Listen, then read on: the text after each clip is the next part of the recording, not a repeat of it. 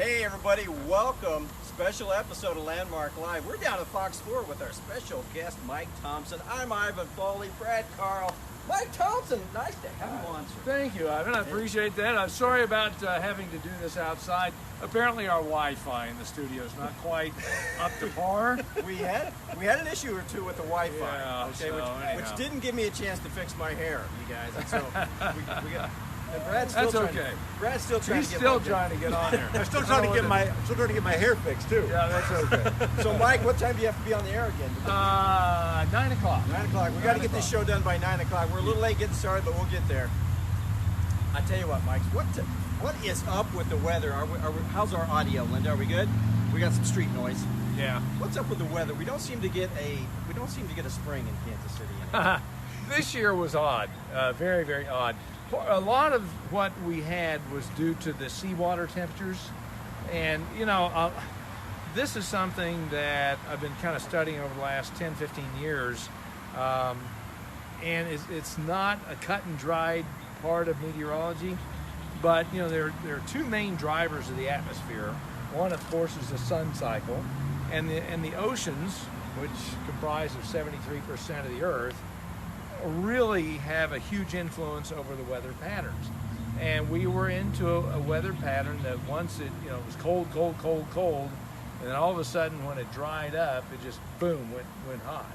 So it was this particular ocean pattern that did that this year.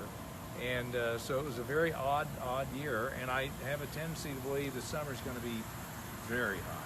Yeah. Very dry, and we've already got some drought issues around here and there. In fact, heard from a lady and a gentleman up in Gower in Polo, Missouri. Right. They had to sell We're off big their, in Gower, by the way. Are you so really? This is for our Gower. Well, crowd. and they had to sell off their entire herd of cattle. Really? Because their ponds have all dried up, and they said a lot of their neighbors are in the same boat. Right. Because northwest Missouri's in that increasing drought area, and even though we've had some recent rains, you tend to forget about it, but it takes a lot more than one rain or two rains, and this drought is probably going to be a real problem by the end of the summer. So everybody should keep watering their lawns, keep watering their gardens at this point, Right, and actually the Missouri River's in pretty good shape because there had a lot of snow in the headwaters of Missouri up in Montana over the winter. The snow was not as wet as typical, but they've got like 130% of normal in the Missouri River basin. So the water flow down the Missouri is going to be fine. So we're not worried about running out of water that way, but it's more about the people who don't have irrigation, the farmers out there, who rely on the rain to do the job. They're going to have more of a problem this summer, I think. Now we wanted to be inside your weather office Yeah. so we could show all the gadgets and whatnot. So how has let's talk about social media first. How has Okay. social media affected you as a weather forecaster, or has it? Well, it has. It's another job for me to do. Right. But it's also a good way to get a lot of information from viewers that normally wouldn't be able to share that kind of information. I got a beautiful picture last night, for example, from a group who's from out in Green Valley, and they're down in Fort Myers, Florida, took a beautiful shot of lightning over the beach. And so I was able to post that, and people see that. We can also share our thoughts on the forecast more informally than we used to be able to. I do a little Instagram 1-minute video every afternoon and kind of chat about what I think's going on, and so it gives us an extra tool to help explain the situation to people, and a promotional tool too. So it's very, very important, like you guys doing this. Yeah. So it's it's kind of the way to the future. You look at, for example, what Glenn Beck's done with Blaze TV. Right. I think that's going to be more and more the way to the future. The millennials, the younger kids, don't watch TV as much as our generation. They get their news from Facebook, Twitter, wherever else. And so you've got to be online to be competitive. Yeah. No, those sirens don't mean anything to you. I mean, you don't have warrants, do you? Those are all That's they drive by and check on me once a night. My ankle bracelet. You should have taken that off. Son of a gun. Yeah, they're there. Well, we're sort of on the edge of town where We things get some happen. sirens. You get some Yeah, sirens. we get those in Platte County We sometimes. kind of don't pay much attention to them. That happens Unless at the Brad's building's place. on fire. Brad, yeah, then you've got to pay attention to it. Right. Brad, you got some questions? I need to get to work sharing this Well, video. So I want to ask Mike a question. This is more Okay. old school question for you. Okay. Growing up, I grew up in Iowa, Yeah. and so plenty of tornadoes and things like that going on there. Right. And back in the day, my recollection is that a tornado warning meant something different than it does today. Has it changed, or am I just nuts in thinking that? Well, you know, it's evolved over the years. Let this Yeah. thing go on, Taz. I don't know what they got going. goodness. Well, something's going on, but I'm not sure what. That's probably Gary Lezak. They are What's going on heading. with Lezak? They are heading toward the plaza. So, Lezak and his dogs. he's down on the there. loose. Yeah, something going on. I don't know. Anyhow, tornado warning. You know, it really hasn't changed much. Although initially in way back when they first started doing this, tornado warnings weren't initially going to be released to the public because when they were first starting to talk about this in the 1950s and 60s, they were afraid it would scare people to death. Right. Well, it still does. It still does. Particularly because if you get a tornado warning, you know, people have to realize that a lot of times it's radar indicated. Right. And a lot of times the tornado, or what we think might be a tornado, is so far from the radar, we can't see the bottom of the storm, so we can't confirm there's a tornado there. Sure. We're just looking at the circulation. Sure. And so you have to take it seriously, but you don't want to panic. Right. And, you know, unless we have a situation where we're absolutely sure there's a tornado and we're getting visual confirmation, you just kind of use your common sense and judgment on it. And, also, if you're getting large hail, for example, you're near the part of the storm that would produce the tornado. Sure. So that's one sign. And of course, if you see the trees flying by, That's another For the sign. cows. Flying For the cows. cows. Right. Exactly. Right.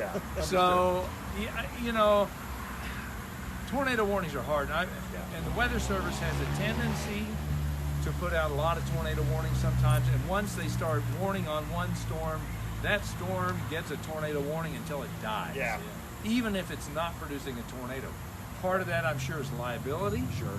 But it makes our job much more difficult because we don't want to scare people unnecessarily. We want them to know what we think is actually happening. And it's sort of like disciplining kids. There's a balance between being too tough and not tough enough. And Right. that's the same with tornado warnings, you know.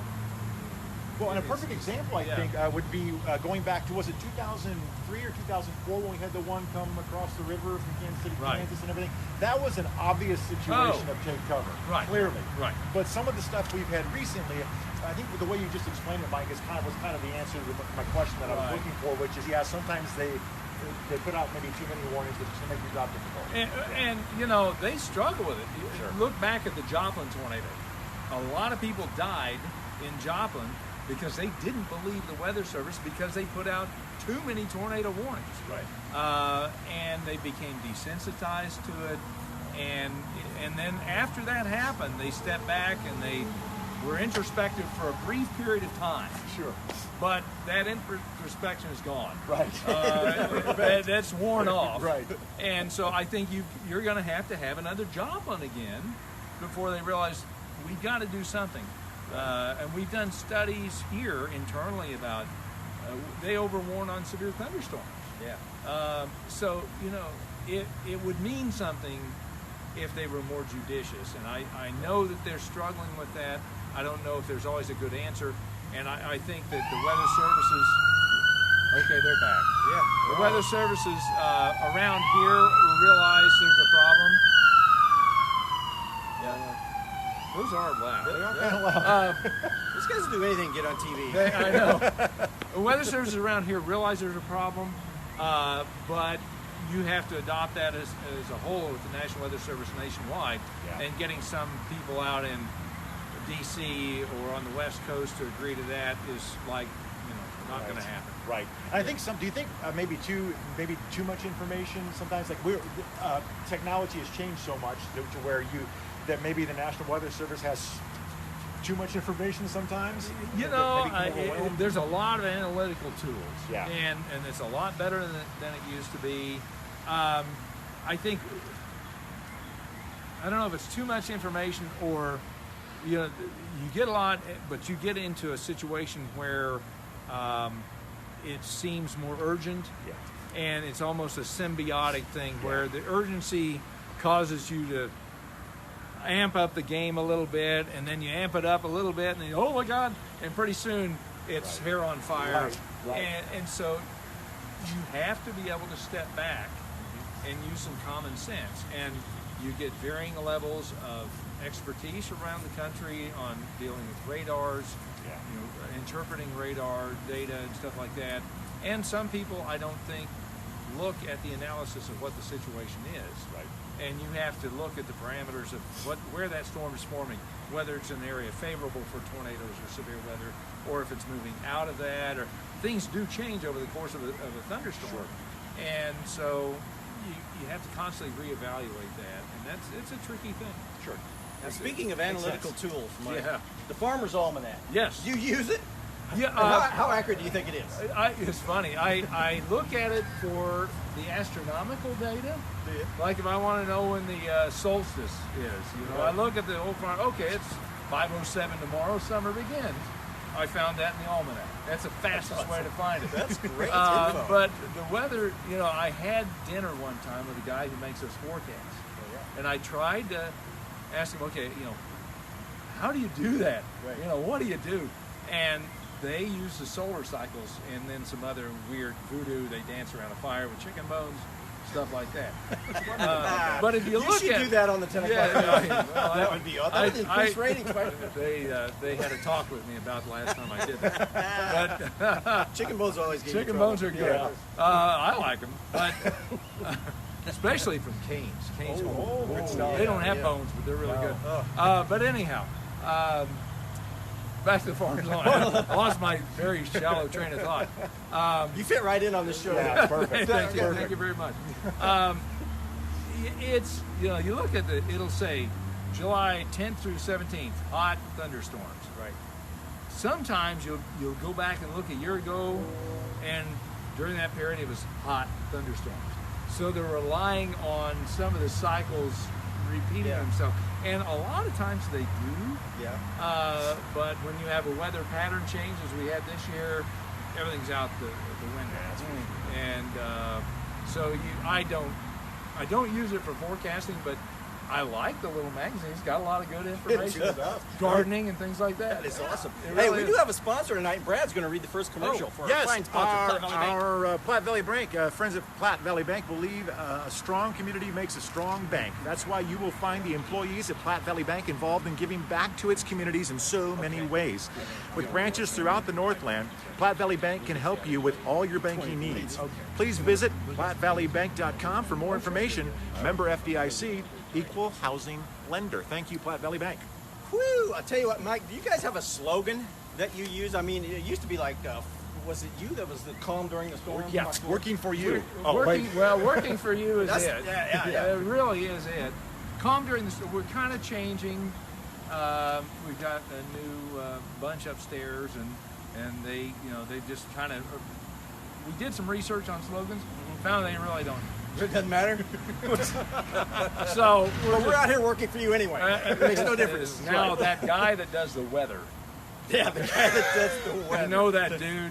Yeah. That's needs a the new slogan. slogan. And you've been doing this a long time, aren't you? Like the senior weatherman in Kansas City? I've been on the air longer than any of them. Yeah, I thought you had. I started, pardon me, started on the air in 1979 in Oklahoma City, Oh, okay. and been in Kansas City since 1983. So it's a while. Yeah. See, and you started out at what, Channel 5 in Kansas City? I was at 5 for 9 years, and then when Dan Henry decided to retire, they called me up over here. They wanted me to replace Dan, and I was honored, obviously, to. That's big shoes to fill. That's huge shoes.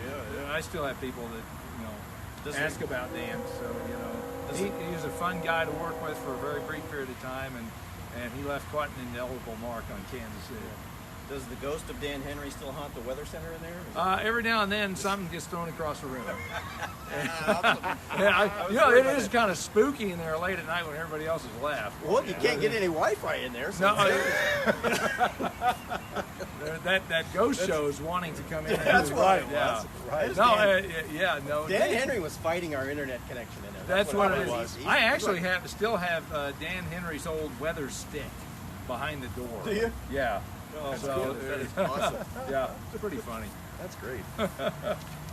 Now, what's the fall forecast? And then I'll let you jump in. The fall forecast. I mean, it's a long ways out. What do you think about the fall? It's a little bit early. I think it's going to be dry all summer. I tend to think that's going to go into the fall. We're going back to an El Nino, very weak one. So I tend to think it's going to be a fairly warm fall, but I do think this winter is going to be much colder. Oh yeah, much colder. What about snow? Precipitation. That's hard to tell. I mean, last 3 winters we've had no snow essentially, which I like. Yeah, I do too. I'm not. Do you know how that happened? I bought a snowblower. When I bought the snowblower, it hadn't snowed since. Go buy another one. I bought one about 3 years ago, and I've only used it like 5 times. That's funny. It is how it works. It's true, yep. But it's this is pretty. This is on. more. I can tell you this. This is anomalously more active tonight. Well, they knew we were out here. Yep. Yeah. Hi guys. Brad, you had a question? Or Yeah, I was going to ask. I got. You know what? That was my question. That was what I was going to say. Nothing important. Nothing important at all. Yeah. No. It's still. I mean, one of these years we've got to get back to normal. I would think that if you have very cold water in the North Pacific. Then what it tends to do is create high pressure and draws the cold air down from Canada. And right now, that water is getting colder across the Gulf of Alaska and the North Pacific coast. And so I would tend to think it should be a little more active winter. Now, I start really looking at those seawater patterns as we get into August and September. It takes a long time for them to shift around. So, it can take months for them to change dramatically. And they have a tendency to go back to the same pattern sometimes for up to a decade. So and this is a fairly new science because you can't sense the entire oceans without satellites. Well, we haven't had satellites until the late 70s, early 80s, and even then they weren't advanced enough to be able to sense the infrared radiation off of the oceans very accurately. So the ocean water patterns data only goes back to about 1983 or 84.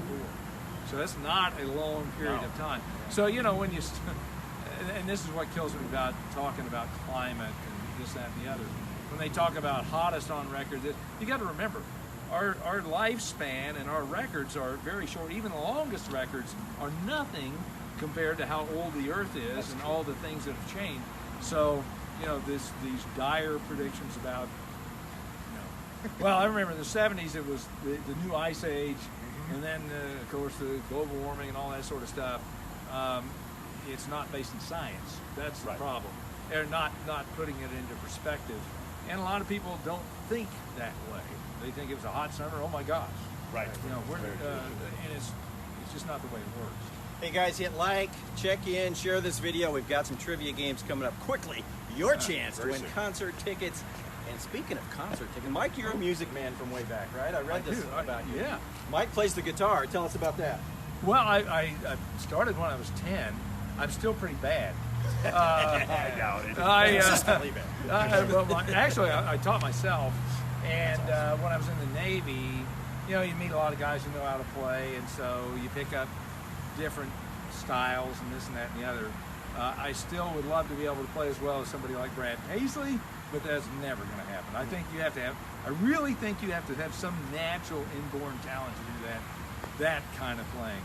I'll try, but it's just not going to happen. But I have fun. I mean, I've sat in with some bands, and we had a band in high school that was primarily known for pure volume. We were extremely loud. Pure volume is always good. Porky and the Pigs. I was Porky and the Pigs. Yeah, I was one of the pigs. Awesome. Porky still plays. He lives down in Tampa, Florida now. Wow. But we were not good. Did you guys ever go Porky Piggin'?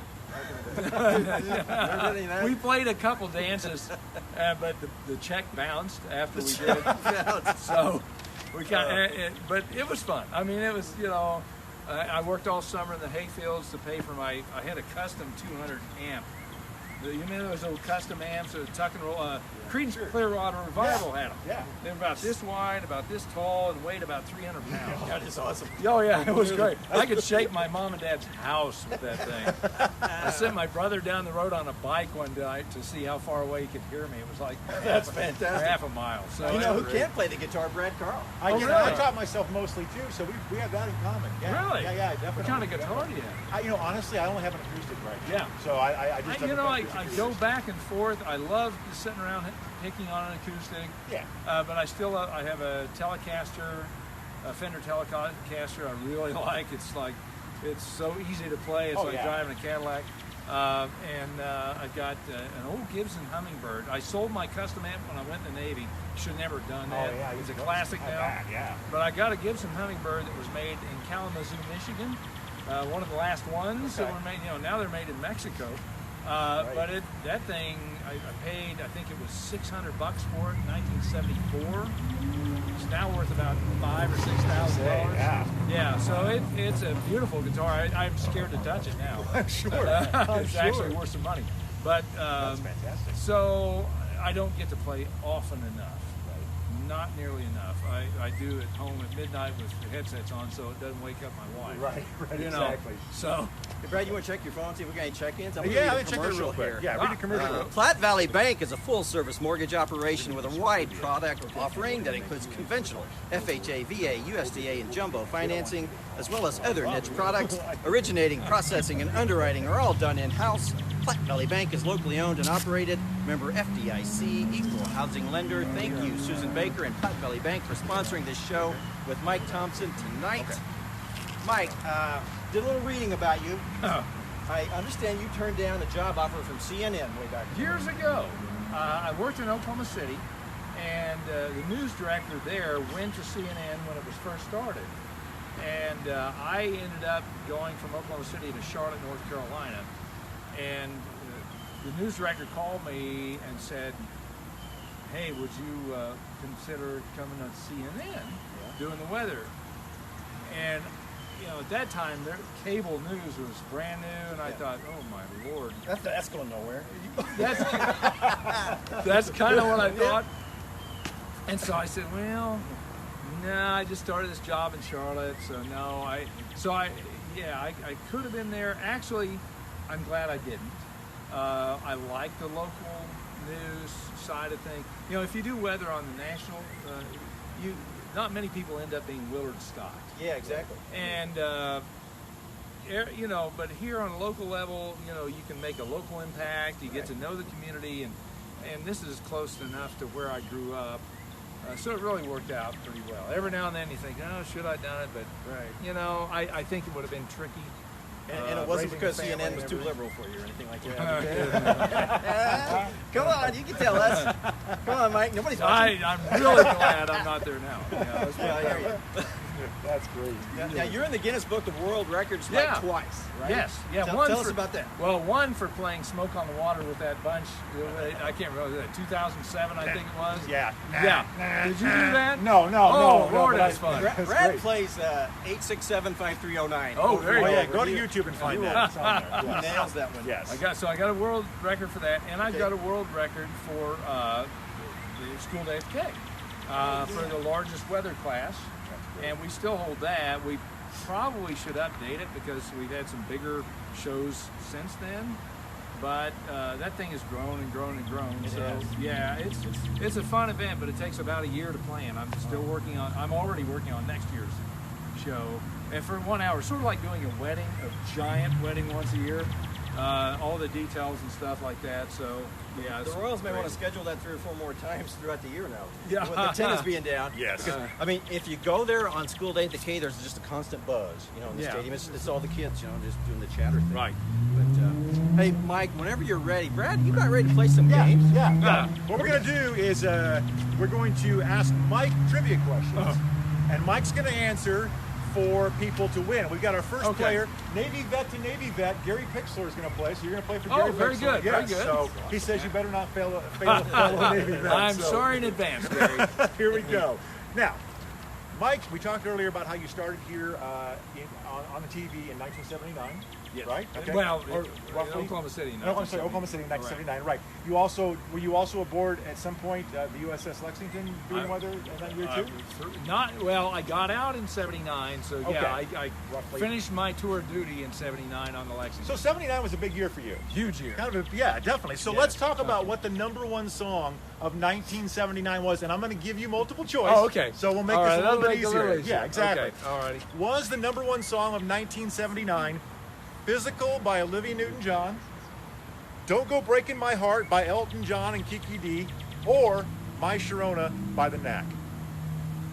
I want to say the last one, but I suspect it's Elton John. Oh, it's My Sharona. Here's "My Sharona." My Sharona. My Sharona. Here's Wow. "My Sharona." Number one song. I would not have guessed that. I would have missed that. Yep. I would have thought, okay. Yeah, you said you thought it might have been "Don't Go Breaking My Heart." That was 1976. So a Oh, couple years before okay. that. Yes. Alrighty. But we're going to give Gary remember Pixler a that. prize. Okay. Gary Do you remember the Pixler. song? Thanks, Gary. Gary, I tell you what. And My memory's foggy before yesterday, Mine too. I understand. so I I'm understand. just saying. Yeah. Gary Pixler, you're going to Lone Star on Oh, Thursday, oh. June 28 at the Ameristar Casino. That's gonna be good. Yeah, That'll be thanks good. to our friends at Ameristar for that. Very nice. Next up, Sylvia Anderson. Sylvia Anderson. Okay. Yeah, Sylvia Anderson. Not a Navy vet, but we still wanted to win. So here we go. Now this is a little more, maybe even a little more in your wheelhouse, Mike. 1992 was the year that you began your fruitful tenure here at Fox 4? Correct. Correct? Okay. Which hurricane hit the Bahamas and Florida in August of that year? I'll give you multiple choice just in case. Okay? Was it Hurricane Ivan Foley? Was it Hurricane Andrew? Or was it Hurricane Opal? Hurricane It was Ivan. Andrew. Andrew it was. Yes. Correct. That's Correct. right. I thought you might know that one. Rock and roll. How about that? Sylvia Anderson. That's why the police have been. That's Yeah, inappropriate. I think you're right. That's That not dude necessary at was all. quick. Sylvia, who is our favorite librarian at Camden Point, she's going to see the Temptations at Ameristar. Oh, Casino. good that'd be band. too. Another Look good at Very these band. nice. prizes we got, Mike. This is That's like not bad. It's like got we're doing one big more. time I'm stuff. telling you. Now we got to get Luke Mike. Davis. Luke Davis. Well, Luke Davis. Okay, good, good. Okay. Good, 'cause we, Okay. we don't want Mike to miss his weather forecast here. So, all right, here we go. Final Okay. question. Here we go. Mike, it said on fox4kansascity.com, assuming that it's correct information, maybe you were the one who wrote it, that you were also inducted into the Kansas City Media Professionals Hall of Fame in 1994? Yes. Is that correct? Okay. How much, on average, did a gallon of gas cost in 1994? Was it $1.09, 77 cents, or $2.95? 1994. What were the? It wasn't It's a tough one. I didn't mean to make it so hard. What? Give me the numbers Yeah, again. 109, Okay. 77 cents, or $2.95. And 94. I'm going to say 295. No. No! No. I'll try What? again. The $1. Yeah, exactly. There's no okay. way it was 77 cents, right? No You way knew it was that. 77 cents. No. No. No. Boom, Luke Davis. $1.09's good enough. We're giving that I to was, Luke trying, I Davis. was trying to think if we had an oil shortage. Yeah, it's hard to remember. Thinking 94, the war. Yeah, like I said. Right. We make it easy for our contestants. Thank to you. win. Good. I mean, Yeah, right. even when they miss answers, I've missed answers. Don't feel bad. I wish you guys could do the forecast for me. We because did. Give me a second shot every now and then. Do you ever hear from people when you really screw up a forecast? Oh, sure. Yeah. Well, here's the thing. They'll usually, I wish I could get paid for being wrong, be wrong half the time, still get paid. I've never heard that before. I'm sure you've never heard that. Ever. Ever. I've never said it before. See, there you go. Never about you.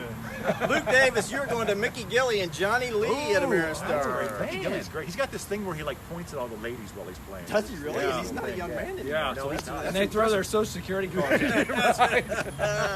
It's not like Tom Jones. He used to get something else thrown in. Yeah, that's true. Yeah, it's true. That is very true. So, hey, real quick, fall's not coming tomorrow, right? But it's going to be a little cooler. Tomorrow is going to be normal for October 7th. Right. We're talking highs barely at 70 degrees. Wow. That's October weather. That's Yeah. fantastic. It is crazy. I'm ready. Take it though. What the heck? Don't worry, the hot weather's coming. I'm sure it is. I guarantee you that. Now, Mike, you got guys who do like movie reviews on Fox 4, right? Right. And how many popcorn bags would they give this episode of Landmark Live? Oh, seven. Seven. On a Yeah. scale of 1 to 5. Yeah, we're getting Sean would probably call it pretty doggone entertaining. That's good. I like Sean. Yeah. But I don't even know him. I know either. It's weird. I got like DVDs at home, and it says this movie was excellent. It says Sean Edwards, Fox 4. Who's this? Really?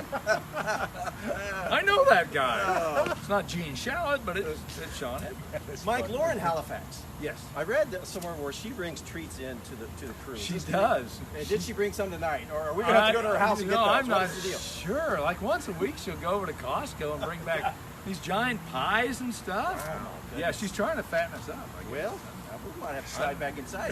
Exactly. She's very nice. I'm glad Yes. she came over from the morning so we can start eating better. We will try to get her on the Landmark Live show at some point. I That would be think fantastic. she'd like that. Yeah. Maybe you get Wi-Fi that time. We'll try. Maybe she can upgrade. No. Maybe they actually let the news people have No, I don't Wi-Fi. know. They just don't let the weather guy. That's right. They know it's dangerous. Don't play with fire. Don't give Mike Wi-Fi. We did see Mike's office. He has some nice, fancy screens and knobs and buttons and Lots all of kinds color. of things. Yeah. Oh yeah. Yeah. Yeah. Lights. It's a gamer's dreamland. It is, yeah. It's Very much pretty so. much so. Yeah. Fantastic. Now, Mike was a guest speaker at the Platte City Memorial Day Yeah, it was nice. service recently, so that's where we connected with him and said, "Hey, Mike, come on Landmark Live." He said, "Yeah, I'd be glad to." So we thank you for doing that. Well, it was a nice ceremony up there. I was really impressed with it, and a lot of great folks. And it was hot. Oh yeah, I saw It that. was You hot. saw how hot you were in the It picture. was- You too. Yeah. So I talked quick, but Yeah. I I was sweating through my shirt. Yeah, I could see it. I could see things I wasn't supposed to see. Yeah. It was not my favorite picture. Usually You looked good, but I was like exposing. But no, it was great. It was a great ceremony, and like I said there, it's all about Memorial Day. It's all about our history, and unfortunately, I think history is being rewritten right before our eyes in a lot of cases, and it's important for the kids to understand our history, because if you don't, you're gonna go off the rails pretty easily. So, yep. Mike, we know you've got to get back inside. You got a 9 o'clock show to prep. I do. Yeah. Yeah, A real show. I do. No, you do. I told him I have a short memory. Really, something we're here to tell you. Yeah. But anyway, guys, thanks for joining us. Go like Mike's Facebook page if you haven't Thank already. you. Yeah, I'd appreciate that. Check that out, and right. go like the Platte County Landmarks page if you Great. haven't done that yet. I saw some really big fish on your page. Oh, there's Yeah, giant carp. Well, that's two of our yeah, readers. those are huge. Yeah. Those are huge. I have another commercial I'd like to read. Oh, okay. For our good friends at Platte Valley Bank. Platte Valley Bank believes a strong community makes a strong bank. That's why you will find the employees at Platte Valley Bank actively involved in giving back to their communities in so many ways. With branches throughout the Northland, Platte Valley Bank can help you with all your banking needs. Please visit PlatteValleyBank.com for more information. Member FDIC, equal housing lender. Thank you, Platte Valley Bank. Mike Thompson thanks you even for sponsoring this episode. Yeah. Mike, we thank you, my Thanks, friend. Ivan. I appreciate that very much. All right, Brad, I thank you appreciate it. guys. I You bet. appreciate it. Guys. And thanks to your lovely wife back there who's getting eaten alive. by the Junior mosquito. producer, Linda. Linda there. So Filling in. We're a person short tonight, but hey, we made it work, right? We did. How about that? Okay. Hey. Guys, we'll see you next Thursday night, right? Next Brad? Thursday night for Yeah. another Thursday night? special show. We'll tell you more about it. Keep your eyes I think open we've got a on Facebook. magician who We do. is going to make some things disappear. Yes. This is Hot weather. it's going to be scary. okay. We got to get off the air. She's getting bit. All right. She is. See you guys She's next in Thursday. pain. Thank you. I asked her if we could take a picture.